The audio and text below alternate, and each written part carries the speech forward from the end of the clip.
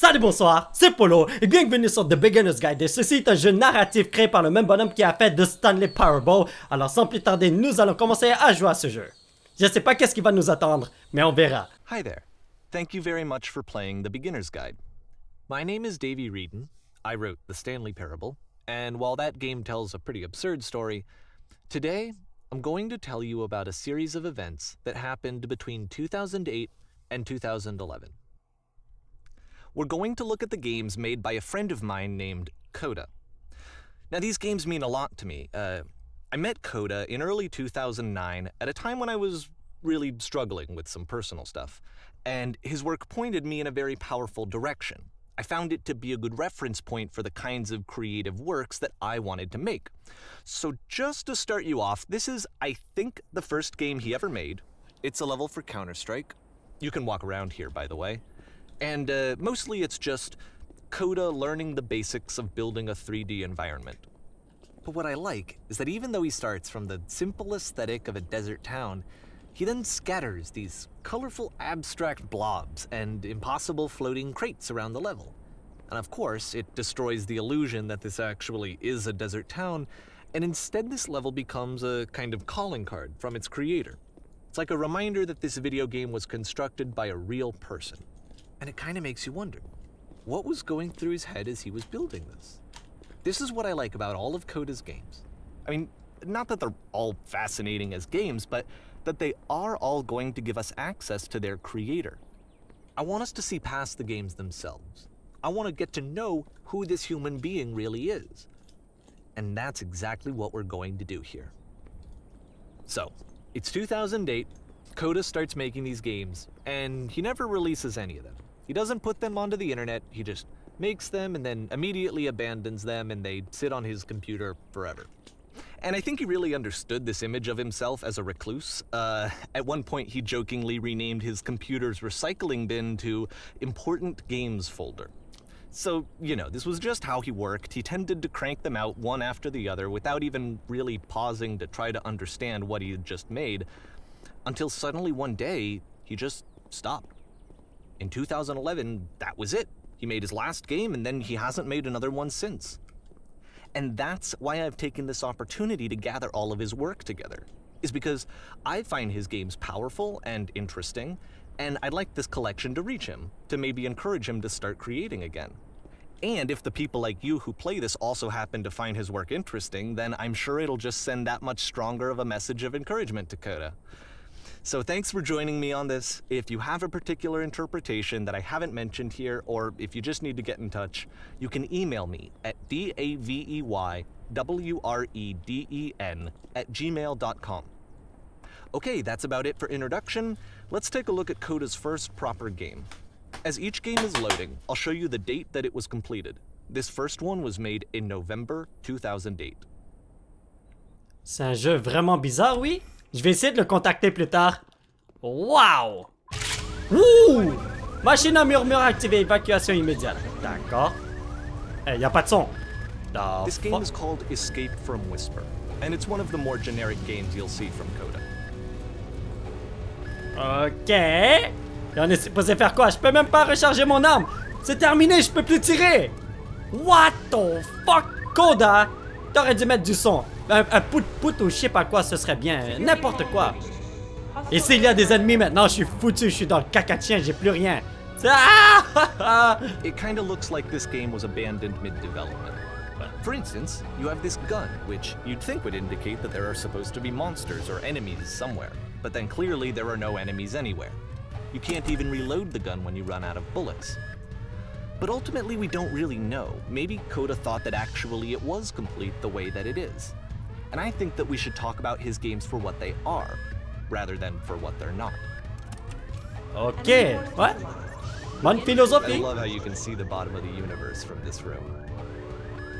Ah, moi aussi. Non mais c'est vrai, il faut parler du jeu en ce que...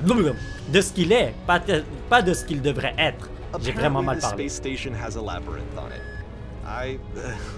Sure, I don't know. There's really no reason for it that I've ever been able to discern, so in the interest of time, I'm just gonna skip you on past it. S'il te plaît, merci. Il est gentil ce gars-là. Okay, this is the part that's interesting. The game has this narrative about the whisper machine and how it has to be turned off, and then you get to the engine room. D'accord. Hey, you there, in the engine room. You could save us all. That beam is powering a whisper machine. We could disrupt it by introducing a great enough heat signature. If your body could stop the beam. It's so much to ask, but for all of our lives, would you do it? Could you give yourself? Non.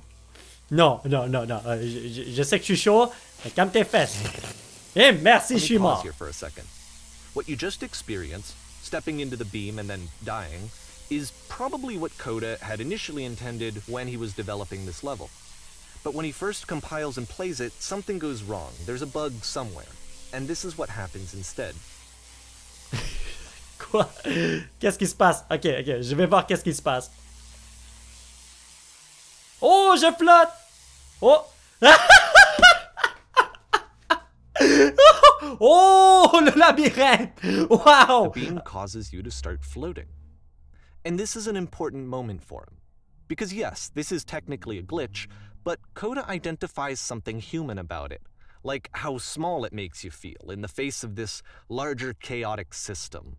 Or this floating could be the afterlife, a peaceful place, juxtaposed against all of the hysteria that you've just had to traverse. I don't even know. I have no idea what he was thinking, but what's clear is that after making this, something lodges itself in his brain. He wants to do more of these really weird and experimental designs. So he stops work on this and moves on to a stream of tiny little games that go in all sorts of directions. Let's go ahead and take a look at the first game he made after leaving this one behind. C'était pas Counter-Strike? Il me semble que c'est...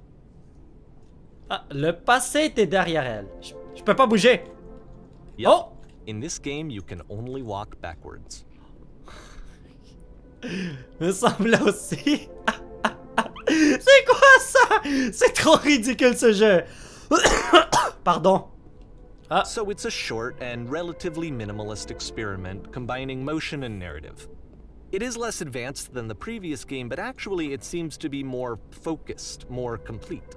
Coda's trying to give it a unique voice rather than simply basing it on a pre-existing trope. Ok. Bon, comment trouverait-elle la force? De l'affronter. What? It's a short little thought, it says what it wants to say, and then it ends. Didn't need anything more than that. Which to me is why it works, because it gets out quick. Okay, next one. Qu'est-ce qui se passe? Oh, un jeu d'horreur? Slenderman? Vous allez entrer? Vous allez entrer dans quoi? J'espère qu'il n'y aura rien qui va me sauter dessus. Oh. And that's it. Okay, the meaning of this game won't be clear just yet. Please be patient with me for a few more games and I promise you'll see what makes it interesting. Je suis déjà en train de me faire mindfuck. Coda, finis tes jeux. Oftentimes Coda would put bizarre titles like this one at the start of his games. I wish I'd known him at the time that he was making these early games. He would really only talk to me about his work as he was making it. Once he stopped work on a game, like, that was it. It was dead to him. And I don't agree with that at all, but what are you gonna do? Moi aussi. Oh, pourquoi je suis là? Qu'est-ce qui se passe? Once you've been slowed to an absolute crawl, the door at the top of the stairs opens. So why, if Coda's not showing these games to anyone, why bother opening the door at all? Well, to show you, I'm modifying the game here so that when you press enter, it'll bring you back up to full speed so you can enter the door for yourself. Ah, c'est fait. Merci beaucoup. Qu'est-ce que... Appuyez sur U pour vous rendre. Jouez comme une caméra qui fait une publicité. Baladez-vous sur le plateau en filmant ce que vous voulez. Un bouton sur lequel vous appuyez pour faire ceci que... A room that's warm and nice and filled with little ideas for games. Une clé dans un jeu ouvre une porte pour tout un autre jeu. Attends, vous dirigez une Coda would often tell me that he didn't mind if people thought of him as cold or distant. He said that he knew that he was actually a vibrant and compassionate person, but that it takes time to really see that. It can be a very slow climb to get there. Wow.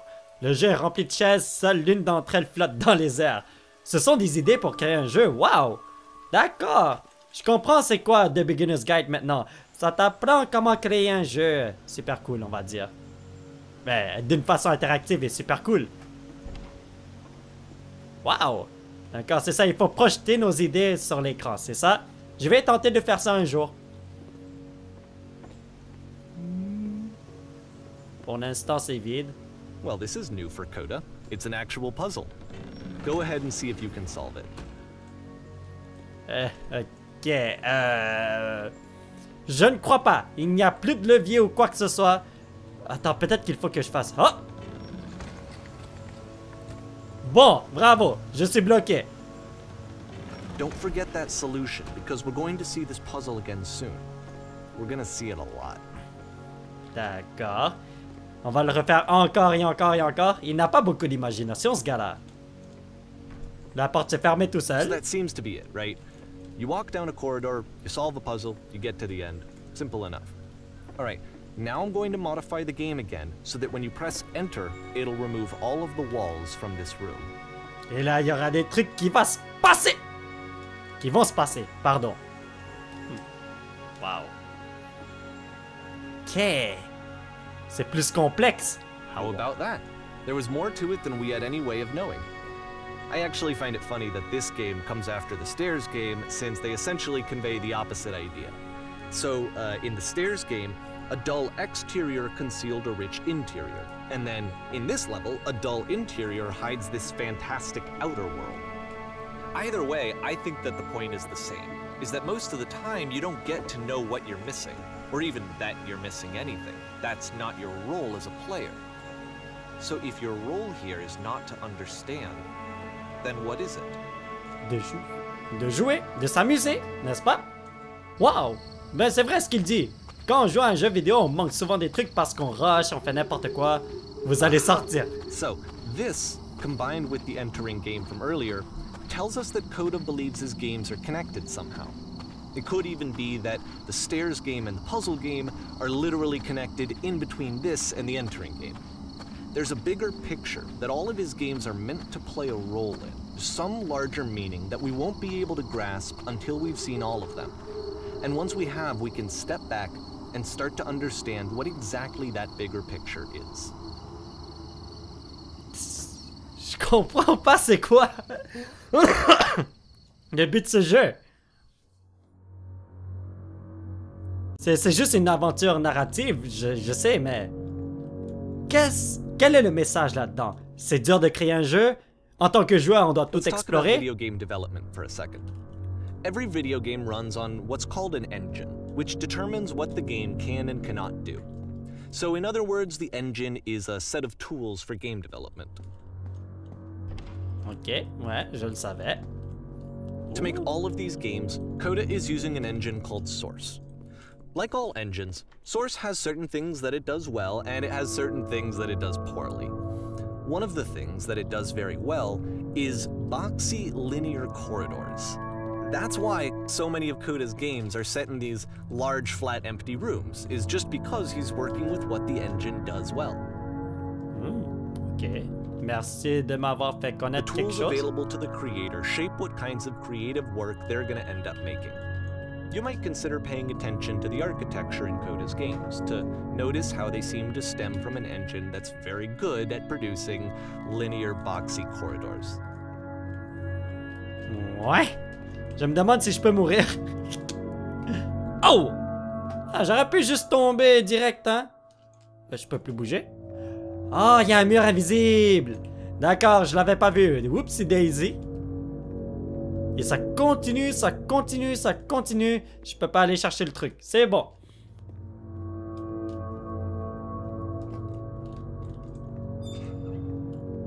D'accord. Est-ce qu'on est dans une prison maintenant? Ah ben oui! Et c'est quoi ces bruits? Ça m'a fait peur! Oh, c'est toi! Oh, petit enculé! Non! Je suis en prison! Oh. Est-ce une invitation? This prison, Funny enough, in Coda's original design, the doors stayed shut for a full hour before letting you go. If you don't mind, I think we're gonna skip it. Ouais. This is something that he and I used to argue about a lot. You know, whether a game ought to actually be playable, whether it means anything if no one can get through it. And I would always defend that, you know, all this work goes into the game, why not make it playable and accessible? And so we just got into heated arguments over it, and there was one time that after one of these conversations, he went home, and a day or two later, he sent me a zip file entitled Playable Games that was full of hundreds of individual games, each of which was just an empty box that you walked around in and nothing else. Believe me, I played every single one of those just to find out if there was like a gag hidden somewhere. There wasn't. Coda, c'est un vrai troll. Ça se voit.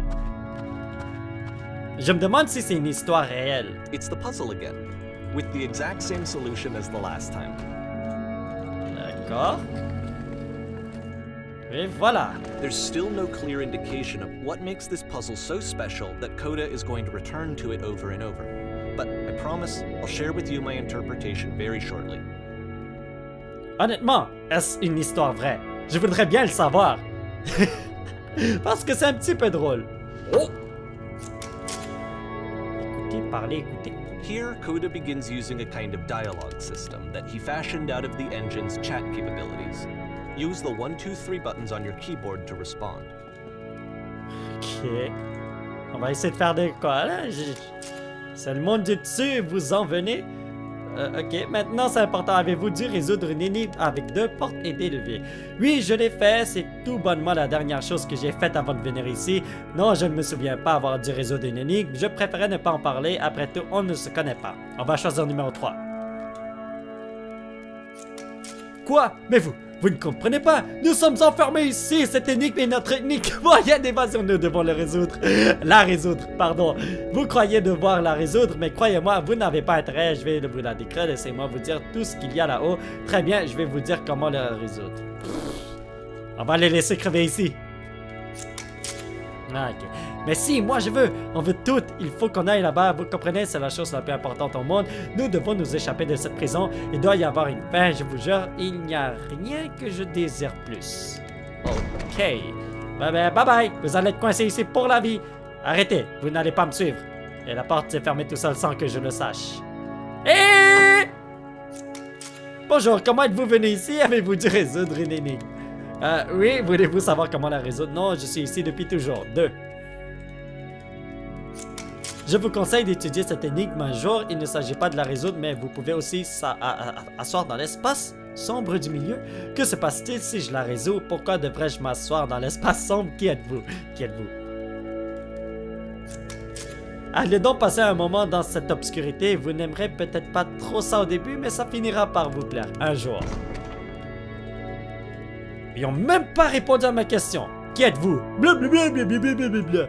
On pourra jamais avoir une conversation. On dirait Boybot et Evie. One last descent down to the final floor of the level.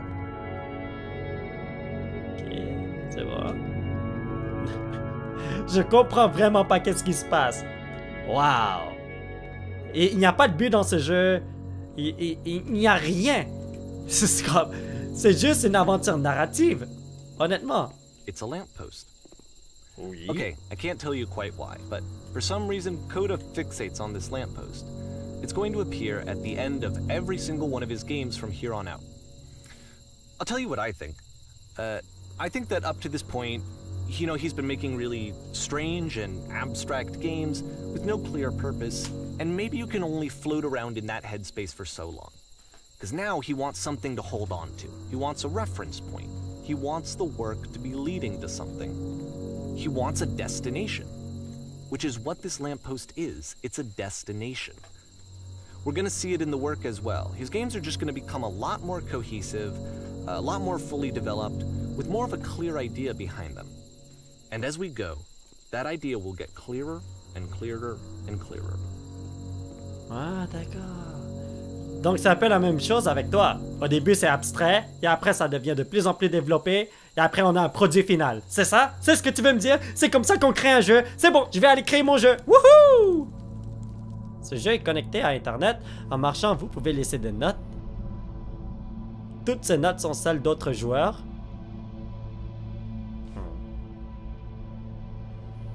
Quoi?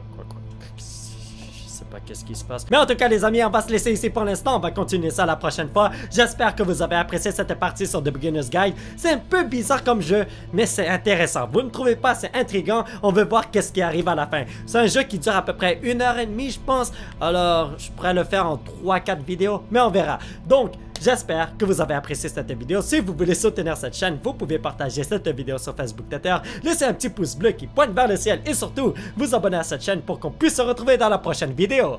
Bye bye!